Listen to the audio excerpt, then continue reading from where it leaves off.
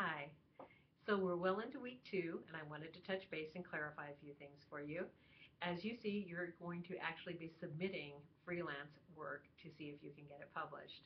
There are freelance sites listed there where you're creating a profile, but there's also the opportunity to submit freelance pieces to be considered for the banner newspaper at CBU or Pursuit Magazine or just a variety of other publications. If you enjoy crafting, if you Google for crafting publications, there are many publications that will consider your work for publication. If you enjoy music, there's that opportunity too. So if you have any creative ideas or thinking outside the box, feel free to run them by me if you're not sure whether they fit the criteria for the assignment.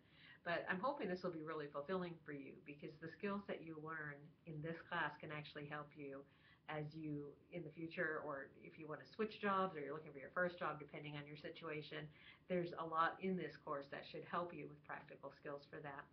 And the freelance writing market is incredible, and there are many reasons to write freelance. I mean, some obviously would be to be paid to work as a freelance writer, but there are things also like one of my passions would be nostalgia magazines or historical magazines, and there are many of those who will pay for you to contribute a photo you have of maybe a historical event in your family that goes back, and is tied to something very interesting that happened in history or a product that was kind of historical.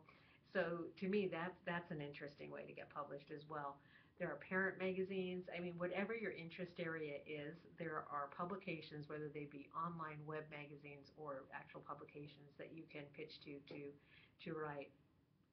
One thing you are looking at this week is the buzz piece.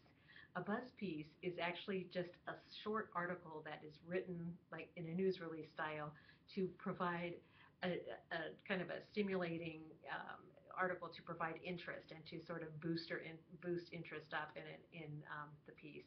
The description's there in the weekly folder. Take a look at it, and I will, of course, read these over carefully. And if I have suggestions, I'll make edits for you.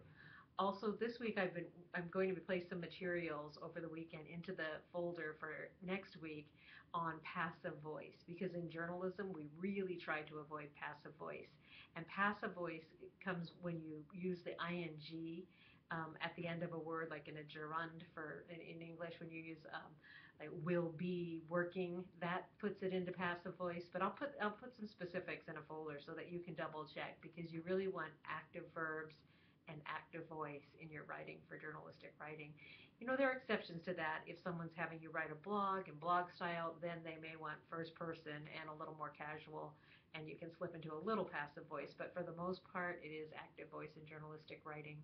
And then depending on the publication, they usually have a style guide that they like you to go by. So it's really important as a freelance writer to look at style guides and be able to adapt your writing, whether it be, as a journalist myself, I've had to really adapt when I was writing my doctoral dissertation to be sure I was using correct APA style when I'm very used to Associated Press style. So you have to get good at learning what style guides say and how to adapt to them. So I pray that you are having a good week, and if you have questions, please let me know. My office is right here across from the Tyler Plaza, and I'm happy to meet with any of you who need some help or coaching.